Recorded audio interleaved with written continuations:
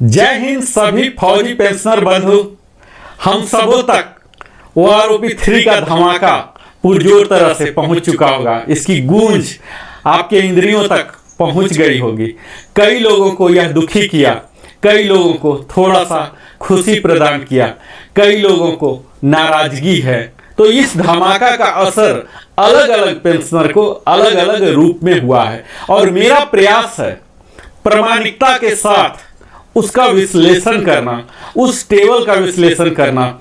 इसमें 121 टेबल हैं, total 265 pages हैं। मेरा भरपूर प्रयास है कि हर रैंक के, हर ग्रुप के, हर कैटेगरी के मैं कवर करूं। धीरे धीरे हमारी यात्रा चल रही है।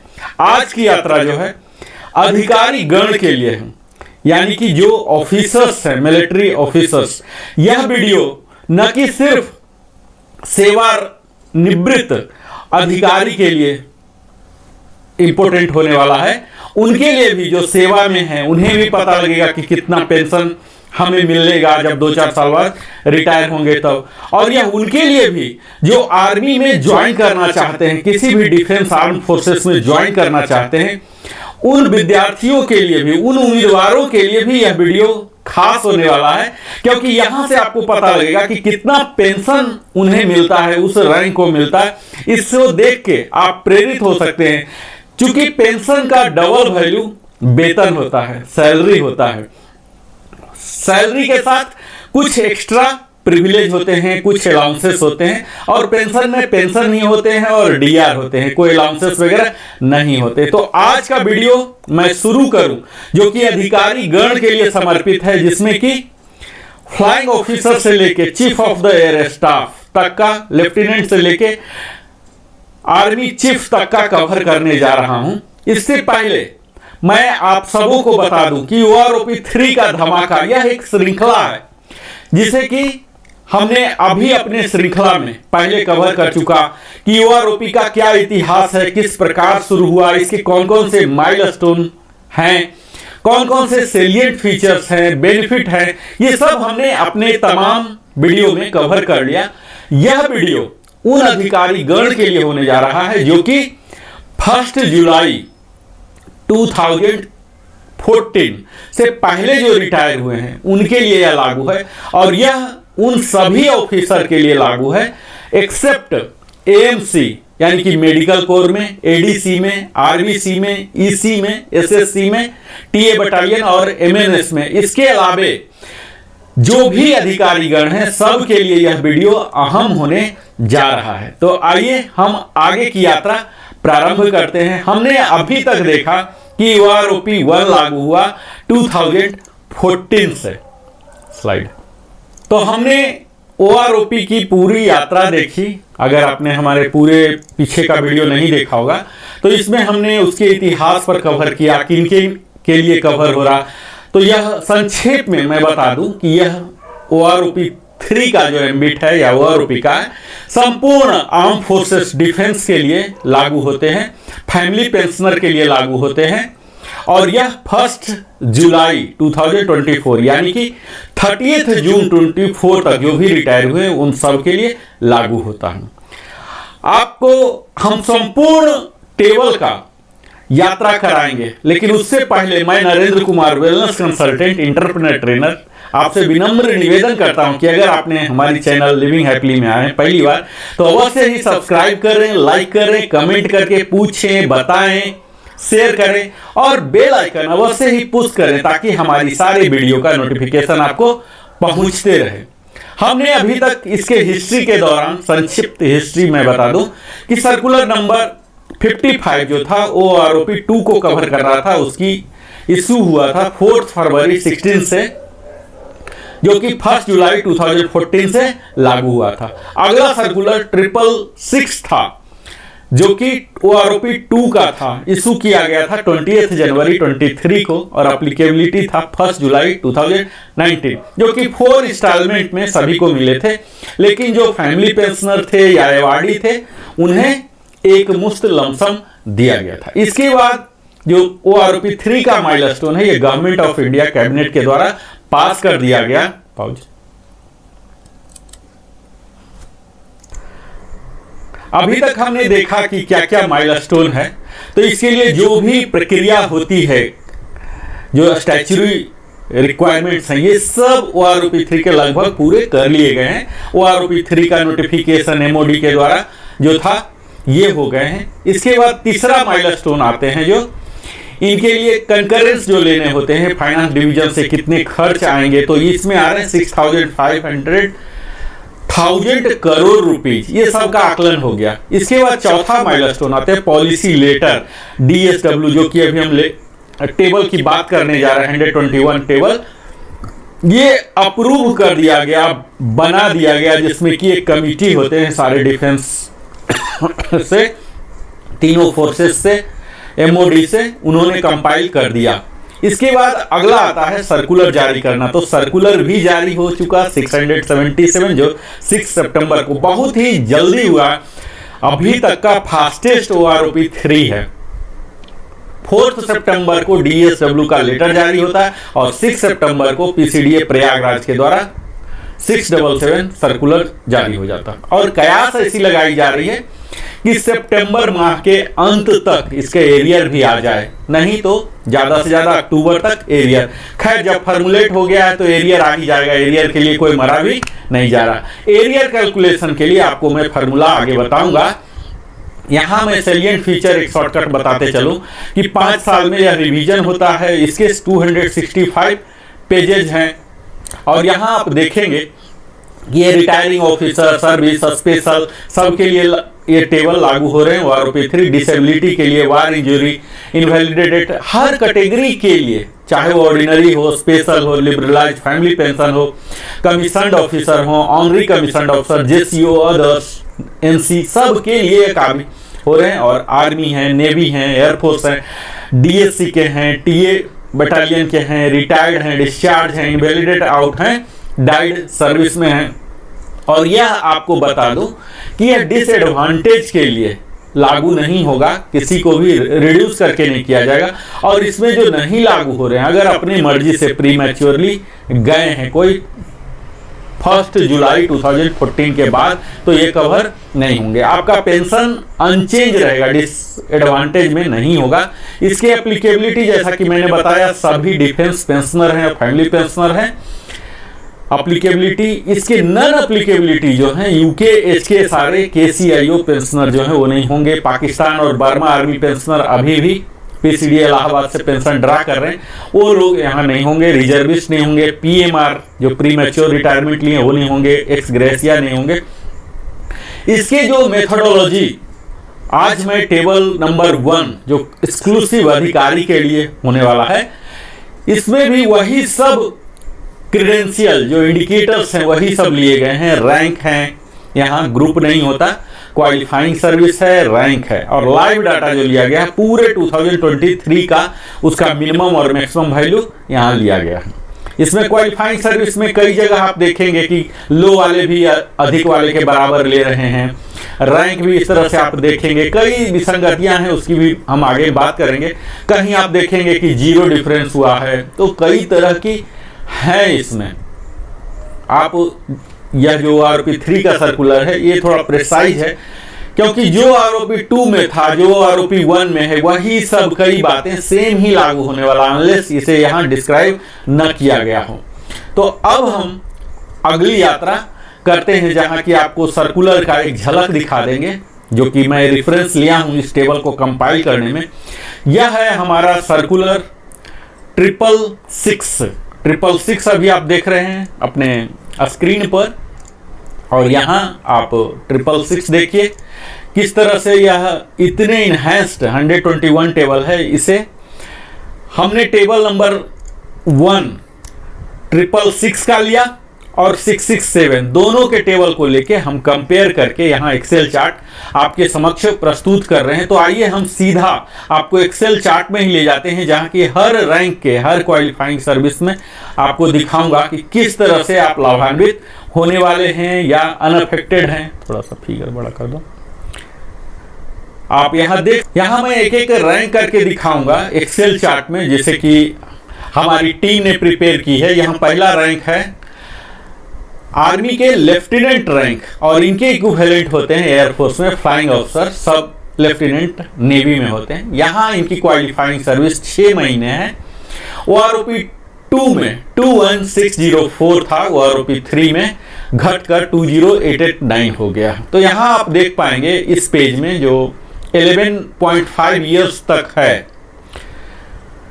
पूरे निगेटिव ग्रोथ है, और यहाँ परसेंटेज है, यहाँ मैं दिखाया हूं कितना डिफरेंस हुआ जो कि माइनस में है, यहाँ कितना परसेंट हुए हैं ये भी माइनस में ही है, -3.3% यहाँ इक्वल आ रहा है। यहाँ भले डिफरेंस अलग हो रहे हैं लेकिन परसेंट दोनों में सेम ही है।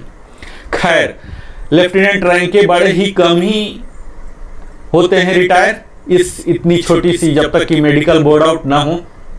यहाँ 10 से ऊपर आप देखेंगे तो यहाँ 10 से ऊपर 10.5 में भी 19 इयर्स तक आप देख पाइए कि 19 इयर्स तक जो है ये आपको निगेटिव ही है।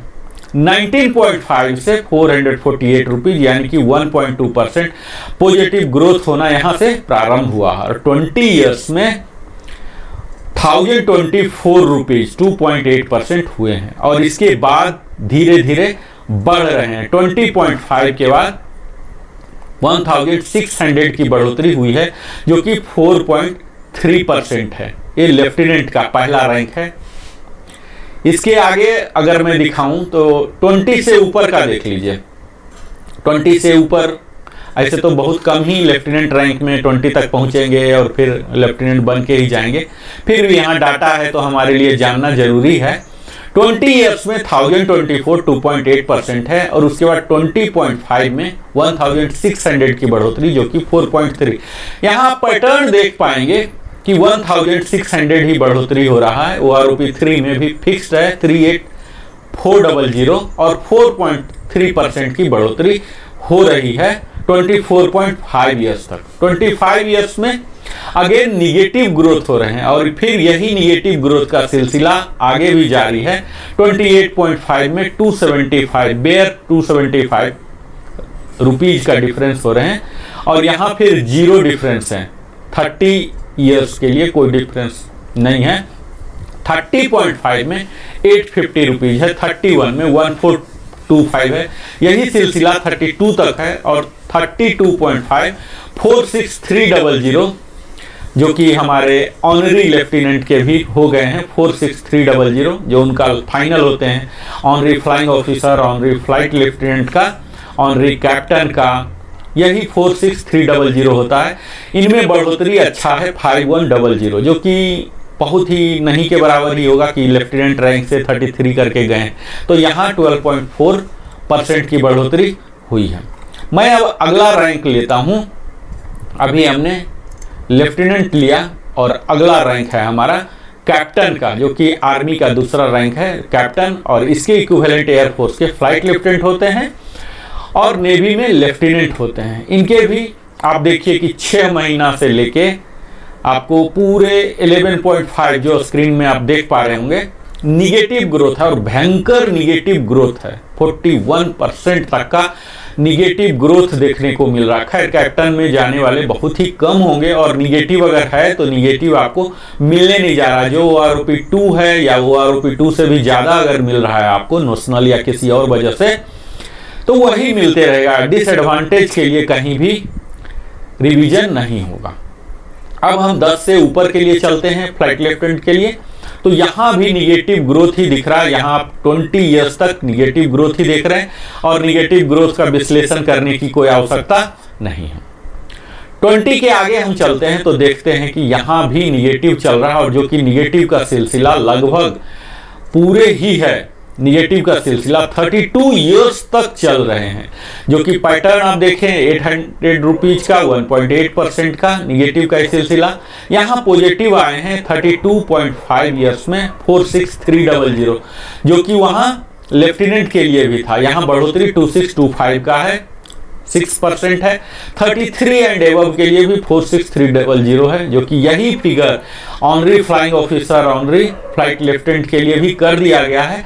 तो यहाँ जो एक फ्लाइट लेफ्टिनेंट का बेसिक है मैक्सिमम, अगर उस पद से कोई जाते हैं, और एक ऑनरी फ्लाइट लेफ्टिनेंट, तो दोनों का पेंशन बिल्कुल समान है। यह आप देख पाएंगे कैप्टन के लिए। अगला रैंक हम आते हैं मेजर के लिए। मेजर आर्मी का तीसरा रैंक है और इसके इक्विवेलेंट होते हैं एयरफोर्स में स्क्वाड्रन लीडर और आर्मी में होते हैं लेफ्टिनेंट कमांडर। यहाँ आप देखेंगे कि 6 महीना में तो कोई जाएंगे नहीं, फिर भी किसी कारण से गए हैं और टेबल में है तो यहाँ देखना जरूरी है। आप 10 साल तक देखें तो पूरे निगेटिव ग्रोथ है और बहुत भयंकर निगेटिव ग्रोथ है। 10,000 से भी ज्यादा 12,000 तक का है। और यहाँ परसेंटेज में अगर देखें तो 25%, 25.3% तक का रिड्यूस्ड है। यहाँ आप देखिए वैल्यू चेंज हो रहे हैं अलग, लेकिन आप पैटर्न को अगर देखें तो परसेंटेज 25.3% है। तो इसका सीधा सा यही मतलब लगाया जाता है निगेटिव होने का, क्योंकि इन्हें डाटा नहीं मिला। इस अवधि में कोई रिटायर होने वाले नहीं थे अधिकारी गण और इन्हें डाटा नहीं मिला, जिसके वजह से ये सब निगेटिव होते चला गया। अब हम 10 से ऊपर का देखते हैं तो 10 से ऊपर भी आपको पूरे 20 ईयर्स तक का देखें तो यहाँ भी पूरा निगेटिव ही है और अच्छा खासा निगेटिव है। 24-25% तक का निगेटिव, और फिर यहाँ 7-8-4% तक का निगेटिव है। तो जिनका भी निगेटिव है उनके डिसएडवांटेज के लिए ये नहीं होगा रिवीजन, तो उन्हें चिंता करने की जरूरत नहीं है। अब हम 20 से ऊपर चलते हैं। 20 से ऊपर जब आप चलेंगे तो यहाँ देखेंगे कि यहाँ भी पूरा यानी कि मेजर रैंक का पूरे अंतिम तक कंप्लीट, यही एक ऐसा रैंक है जिसमें कि पूरे निगेटिव ग्रोथ ही है अंतिम तक 33 इयर्स तक। तो हम इसके विश्लेषण नहीं कर रहे हैं। यहाँ आप देखेंगे कि 68,550 था, जो कि अब घटकर 54,340 हो रहा। 20% तक का निगेटिव ग्रोथ है। तो निगेटिव ग्रोथ किन्हीं को नहीं दिया जाएगा, इसलिए मैं विश्लेषण से बाहर रखता हूं। लेकिन ये देखने में अच्छा नहीं लग रहा कि OROP 3 में सब रैंक का बढ़ रहा, तो मेजर साहब को क्यों घटा दिया गया। यह तो एक तरह का आप विसंगति मान सकते हैं। अगला हम लेते हैं लेफ्टिनेंट कर्नल, और उसके इक्विवेलेंट होते हैं लेफ्टिनेंट कर्नल। यहाँ TS टाइम स्केल वाले और लेफ्टिनेंट कर्नल जो फुल लेफ्टिनेंट कर्नल है, दोनों कवर हो रहे हैं यहाँ। और इसके इक्विवेलेंट है एयरफोर्स में विंग कमांडर और नेवी में है कमांडर। इनका 6 महीने से लेके 10 साल तक अगर देखें, ऐसा बहुत ही कम होंगे, एक्सेप्शनल होंगे कि इतना जल्दी ये विंग कमांडर बन गए 10 साल तक में ही, और जा भी रहे हैं। चूंकि नहीं गए हैं, कोई डाटा नहीं है, इसलिए पूरे निगेटिव ग्रोथ ही है। -1.3%, करीब 500, 600, 700 इस तरह से जैसे जैसे अवधि और बढ़ रहे हैं 800 तक हो रहे हैं। यह निगेटिव ग्रोथ का सिलसिला 12.5 ईयर्स तक है। आप जिस में फॉल हो रहे हैं आप उस स्लाइड का स्नैप भी ले सकते हैं। 10 साल तक यहाँ माइनस है, यहाँ देखिए 12.5 तक भी माइनस। यह निगेटिव ग्रोथ का सिलसिला समाप्त होता है 13 ईयर्स में, जो कि 188 रुपीज और 0.3% है। और इसके आगे फिर बढ़ोतरी ही है और अच्छा खासा 4 डिजिट में है। विंग कमांडर का पेंशन बढ़ा है 1231 1.8%, और इसी तरह से जैसे जैसे अवधि बढ़ रहा यहाँ बढ़ रहा है। आप देख पाएंगे 68350 विंग कमांडर का हुआ करता था, जो कि अब 73950 हो रहा है, यानी कि बढ़ोतरी 5600 का है, 8.2%, जैसे अच्छा खासा बढ़ोतरी आप कह सकते हैं। यहाँ आप देखेंगे 18.5 के लिए थोड़ा सा निराशाजनक है। कई विंग कमांडर हो सकते हैं इस अवधि में जाते हों, जिनके लिए कि एक नाराजगी भरा यह रिवीजन होगा। -2000 है, -2.6% है इनका। और यही 19.5 के लिए 6300 की एक अच्छी बढ़ोतरी है। 20 में भी अगर कोई जाते हैं तो 4200 की 5.4% की बढ़ोतरी है। अगर 20 से ऊपर का टेबल देखा जाए तो यहाँ आपको पता लगेगा कि 20 में 4200 तो बढ़ोतरी है ही, और इसके ऊपर सिर्फ 21 तक ही बढ़ोतरी है, और 21 के बाद फिर आप आगे बढ़ते हैं तो यह आपको 27 तक निगेटिव है। तो इस तरह से निगेटिव होना, पॉजिटिव होना, जीरो होना, ये बड़ा ही मैजिकल लग रहा है, ये लॉजिकल नहीं है, साइंटिफिकली नहीं है। तो यहाँ मुझे लग रहा है कि कहीं न कहीं विसंगतियां हैं। जो विंग कमांडर को मिलना था यथोचित सम्मान, पेंशन के रूप में आर्थिक लाभ पहुंचाना था, वो यहाँ नहीं पहुंच रहा है। 27 ईयर्स तक काफ़ी विंग कमांडर जाते हैं और यहाँ तक निगेटिव ग्रोथ ही है।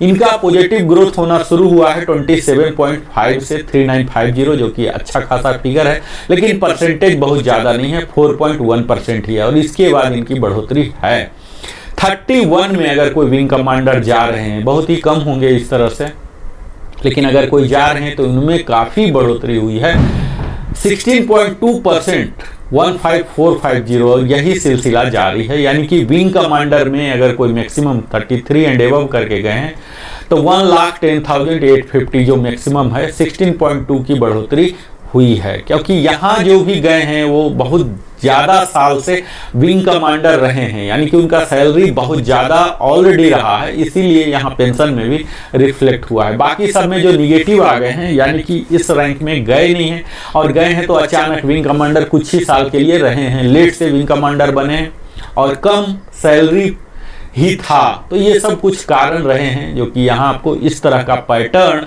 दिख रहा है। जबकि होना क्या चाहिए था, यहाँ हर साल 3% का सैलरी में रिवीजन हो रहा, तो यहाँ पेंशन में भी दिखना चाहिए था, जो कि नहीं दिख पा रहा, जो कि आप एक एनोमली के रूप में इसे कह सकते हैं। खैर, एनोमली के बारे में बाद में बात करेंगे।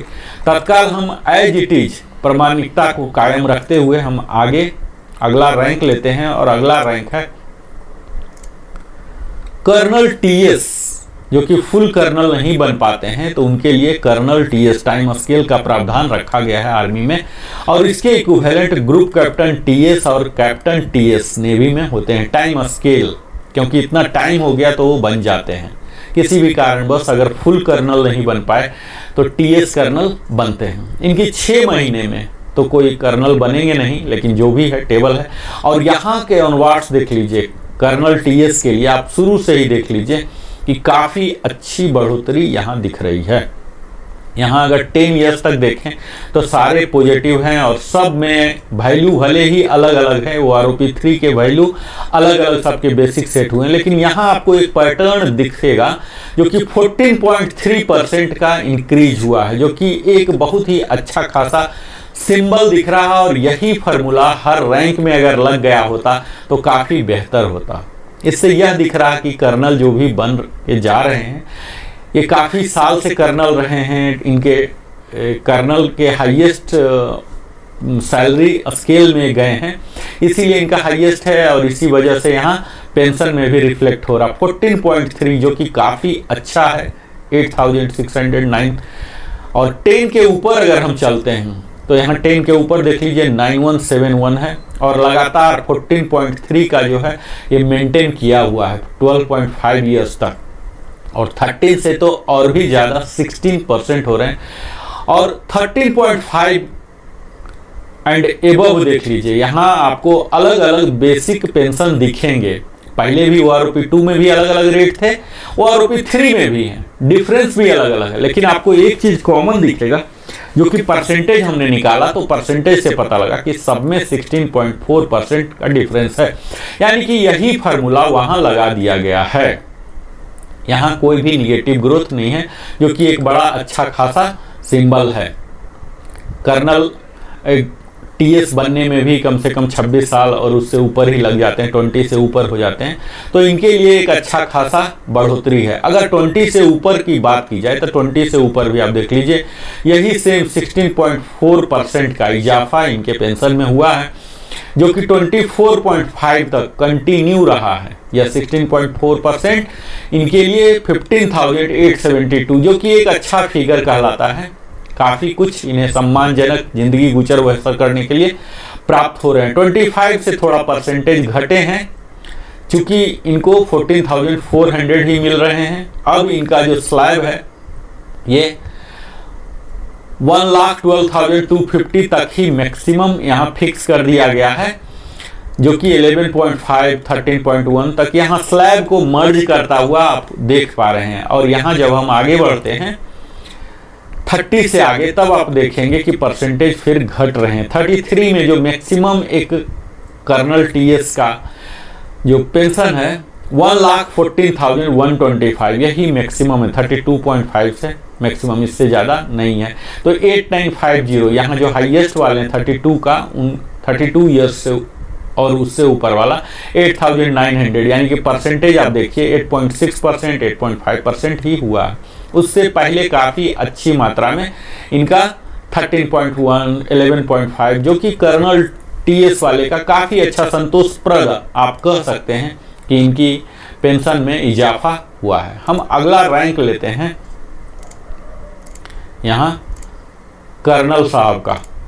कर्नल साहब ये फुल कर्नल हैं और इनके इक्विवेलेंट हैं ग्रुप कैप्टन और एयरफोर्स के और नेवी के कैप्टन हैं। इनके क्वालिफाइंग सर्विस 6 महीने से लेके अगर 10 साल तक देखें तो इनका पॉजिटिव ग्रोथ ही है। अच्छा खासा परसेंटेज अगर देखें तो यहाँ आपको एक पैटर्न नजर आएगा, 14.3% का इजाफा है। यहाँ डिफरेंस भी 6,000, 7,000, 8,000, 9,000 इस तरह से ग्रेजुअली बढ़ रहा है। तो इनके लिए संतोषप्रद है और इनके लिए एक खुशखबरी धमाका यह है। हालांकि इस छोटे से अवधि में कर्नल ग्रुप कैप्टन बनना लगभग नामुमकिन है।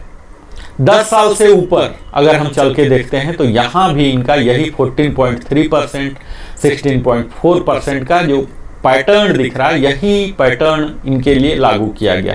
काश यही हर रैंक के लिए होता, पीबीओआर के लिए भी होते, जेसीओ के लिए भी होते, तो कितना अच्छा खुशखबरी होता। कर्नल के साथ जो किया गया यही पैटर्न, यही परसेंटेज, चूंकि उनका हाई बेसिक है तो यहाँ हाई बेसिक उनको मिला है, क्योंकि उनका 16.4% ही 13,000 हो रहा, लेकिन परसेंटेज तो सेम कायम किया ही जा सकता था।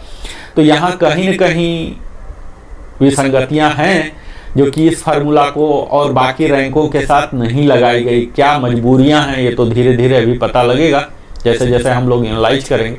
यहाँ 20 ईयर से अगर ऊपर जाते हैं तो 20 ईयर से ऊपर आप जाने पर देखेंगे कि परसेंटेज जो है बढ़ोतरी का दर वो 16.4% ही है, लेकिन अमाउंट अलग अलग हो रहे हैं। तो इससे ये क्लियर हो रहा है कि जो सॉफ्टवेयर में इंस्ट्रक्शन दिया गया है वो परसेंटेज का ही दिया गया है, क्योंकि यहाँ पैटर्न आप देख पा रहे हैं क्वालिफाइंग सर्विस पर दिया गया 24.5 तक के लिए 16.4% का इजाफा हुआ है। हालांकि यहाँ अलग अलग स्लैब हैं। यहाँ 25 में देखेंगे थोड़ा परसेंटेज घट रहा, 14.7 हो रहे हैं। इनका वृद्धि दर जो है 14,400 है, जो कि बढ़कर 1,12,550 हो गया है। इनमें मैक्सिमम अगर जाएंगे तो मैक्सिमम यहाँ 33 ईयर्स तक है, जो कि 33 ईयर्स में इनका जो मैक्सिमम ग्रुप कैप्टन का पेंशन है 1,15,700 है मैक्सिमम, और यहाँ 10% की बढ़ोतरी हुई है, जो कि एक अच्छा खुशखबरी है और यह धमाका को पॉजिटिवली देख सकते हैं। इनके पेंशन में 8950 का इजाफा हुआ है 32.5 वाले का। यहाँ सबको करीब 10,000 5 डिजिट में इंक्रीज हुआ है। एक 31 वाले का 8,900 ही हुआ, 8.6%। तो यह आप कह सकते हैं कि कर्नल साहब के लिए यह खुशखबरी लेके आया है। OROP 3 थ्रू आउट बढ़ा हुआ है, 4 डिजिट में, 5 डिजिट में ही है ऑलमोस्ट। तो इनके लिए खुशखबरी है। ऐसा ही बाकी रैंक के लिए भी होना था। हम अब अगला रैंक देख रहे हैं, आपको दिखाएंगे। यहाँ ब्रिगेडियर साहब हैं। ब्रिगेडियर साहब का क्वालिफाइंग सर्विस 20 से ही प्रारंभ हो रहा, क्योंकि 20 से नीचे किसी भी ब्रांच में, किसी भी सर्विसेज में बन पाना संभव नहीं होगा। ब्रिगेडियर हैं और एयरफोर्स में एयर कमोडोर कहलाते हैं, नेवी में कमोडोर कहलाते हैं। तो इनकी 20 ईयर्स में संभव है, शायद ऐसा इनको डाटा मिला है। OROP 2 में 98,148 था, जो कि डिफरेंस अब OROP 3 में 98,148 हो चुका है, जो कि बढ़ोतरी है 13,717, यानी कि हायर रैंक में ब्रिगेडियर ऑनवर्ड्स आप देख सकते हैं। 16.2 का फार्मूला लगाया गया। 16.2 का फार्मूला है 22.5 ईयर्स के लिए। तो सम्मानजनक वृद्धि है 14,000 13,000 इनके लिए काफ़ी अच्छा है, मात्रा भी है, परसेंटेज भी है। तो यहाँ आप देख सकते हैं कि काफ़ी बेहतर OROP 3 इन्हें तोहफा दिया है। 23.5 के लिए देखिए फिर से 16.4% लेके आया है, जो कि 15,396 की बढ़ोतरी है इनमें कंटिन्यूअस काफ़ी अच्छा 5 डिजिट में है, 13,000, 15,000, 10,000, और यहाँ 27 साल तक का यही 5 डिजिट ग्रोथ यानी कि 10 से ऊपर का ग्रोथ पाया गया है 28 ईयर्स में, जो कि कई ब्रिगेडियर एयर कमोडोर जाते हैं 28 प्लस में। तो यहाँ थोड़ा सा कमी की गई है, 8150 ही है, जो कि परसेंटेज घट के 7.8% हो जा रहा है। जैसे जैसे यहाँ फिर थोड़ी सी घटी है 29 ईयर में, क्योंकि 29 ईयर में ऐसे एयर कमोडोर होंगे जस्ट 1 साल पहले ही 2 साल पहले ही बने होंगे और तुरंत चले गए, तो ये मैक्सिमम सैलरी में होंगे नहीं। इसी प्रकार इनको सैंपल मिला, इस वजह से यहाँ 6.3% का इजाफा हुआ है 29.5 में। 30 ईयर्स में फिर से देखिए कि 10,700 का इजाफा हुआ, 10% का हुआ।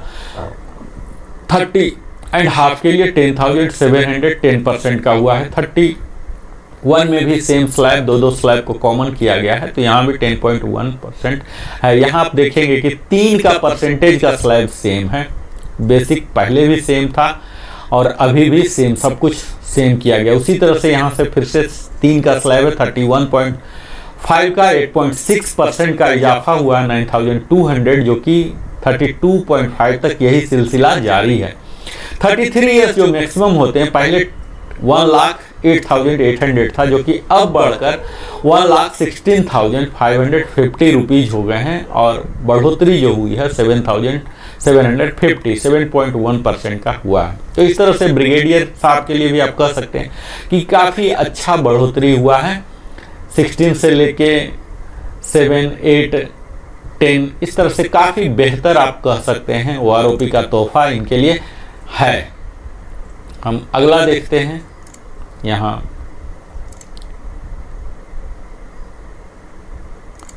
ब्रिगेडियर से आगे जो रैंक है वो मेजर जनरल साहब का है, और एयरफोर्स में इसे एयर वाइस मार्शल कहते हैं, और नेवी में रियर एडमिरल कहते हैं। यहाँ भी क्वालिफाइंग सर्विस 20 से ही शुरू होता है, क्योंकि 20 से नीचे इन रैंक पर पहुँच पाना, रिटायर होना असंभव है।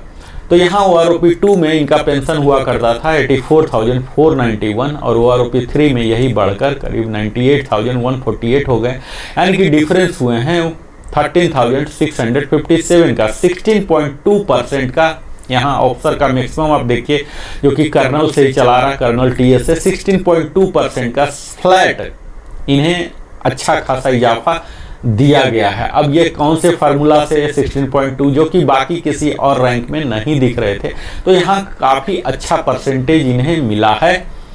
हालांकि बहुत ही कम वैकेंसी कम होते हैं, रिटायर भी कम होते हैं, तो इन रैंकों पर जैसे जैसे आप ऊपर जाएंगे पिरामिड शेप में, बहुत ही कम पेंशनर इतने हायर रैंक पर पहुंच ही पाते हैं, फिर रिटायर होते हैं, फिर जीवित ही कितना साल रह पाते हैं, ये सब देखने वाली बात है। तो यहाँ यह देखिए कि इन रैंक पर 16.2% का इजाफा हुआ, जो कि 23 ईयर्स में 93,100 हुआ करता था, जो कि अब 1,07,537, 14,437 का इजाफा हुआ है, 15.5% का इजाफा हुआ। तो यही इजाफा का दर बना हुआ वृद्धि का यहाँ आप देख पाएंगे कि 24.5 तक 15,872, 16.4 का दर रखा गया।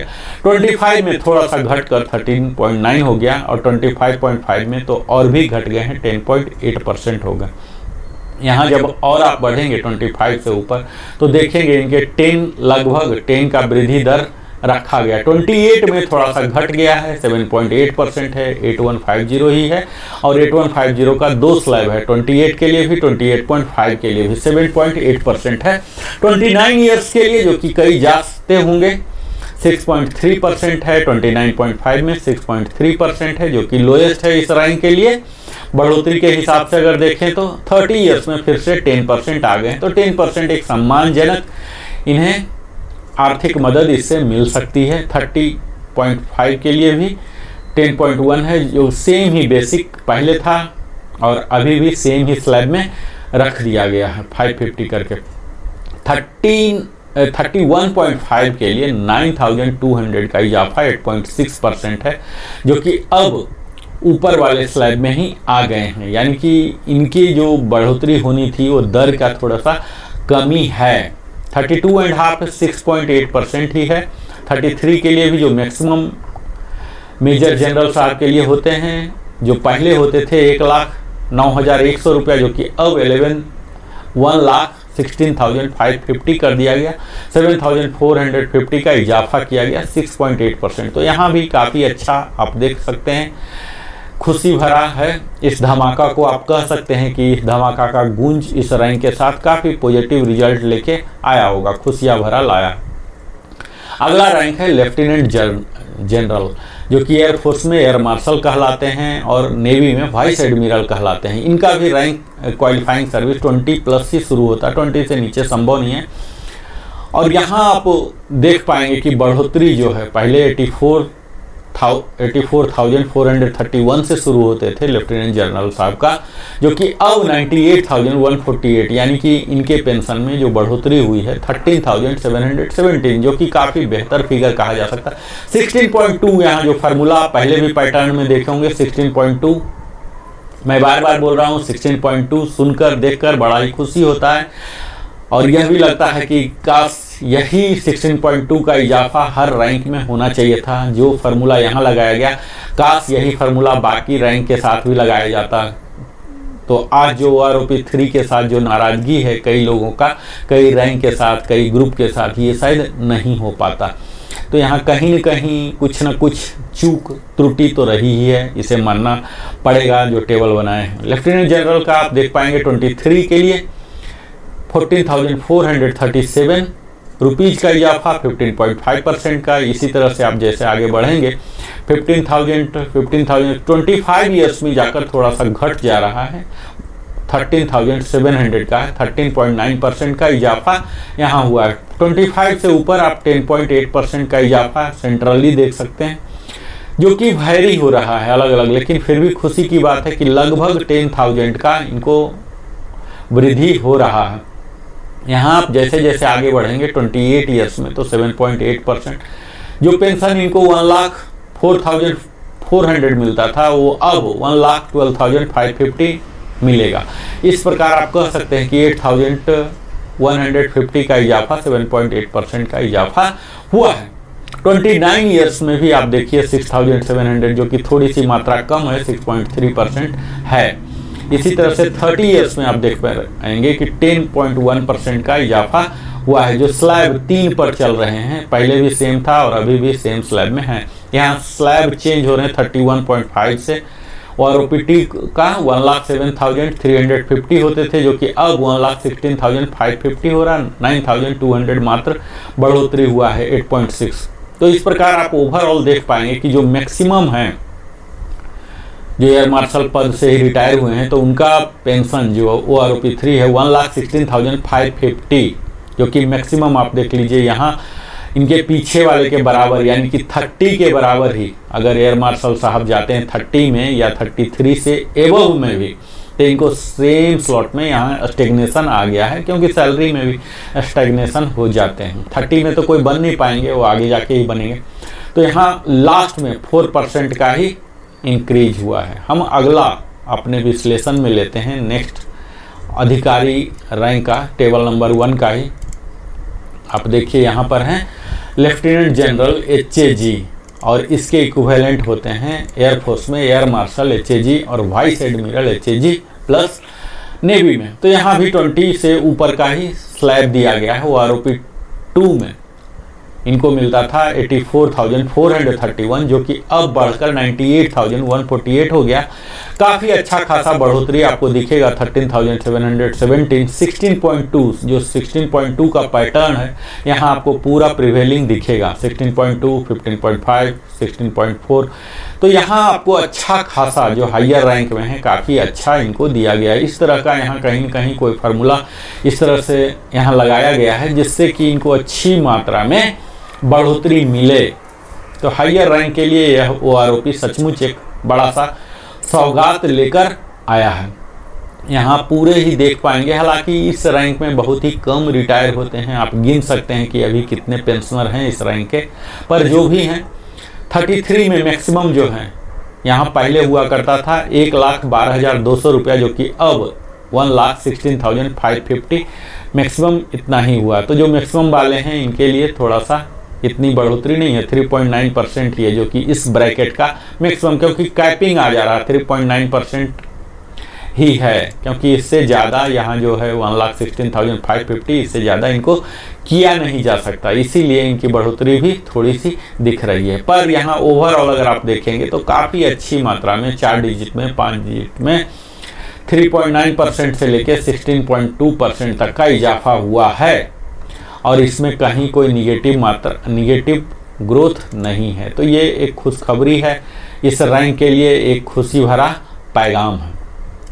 अगला हम रैंक को देखते हैं, जो कि आर्मी कमांडर 33+ पर ही बनेंगे। तो इनका OROP 2 में था 1,12,500, जो कि अब 1,16,550 जो मैक्सिमम है वहीं पर जाके रुक गए हैं। चूँकि मैक्सिमम कैपिंग है इसीलिए इनका डिफरेंस भी 4050 ही आया है, लेकिन फिर भी एक सम्मानजनक तो है ही, 3.6% का इजाफा हुआ है। अगला रैंक जो हाईएस्ट रैंक वाले हैं इनका दिखा दूं आपको, ये तीनों को एक साथ ही मैं दिखा देता हूं। यहाँ देखिए army commander 33 years maximum capping में है। VCOS हैं वाइस एयर चीफ मार्शल, ये 1,12,500 पर हैं, और इनकी बढ़ोतरी 1,16,550 जो मैक्सिमम है 4050 पर 3.6।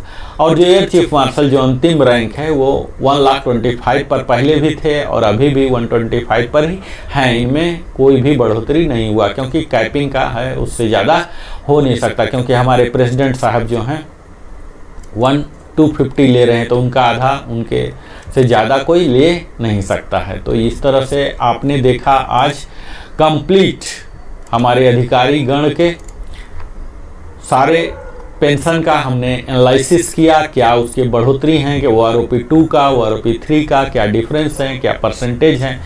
कईयों के लिए, अधिकतम के लिए, अधिकारी के लिए खुशियों भरा ही पैगाम है, क्योंकि यहाँ जो निगेटिव ग्रोथ दिख रहे हैं लेफ्टिनेंट में हैं, जो कि कोई जाते नहीं हैं।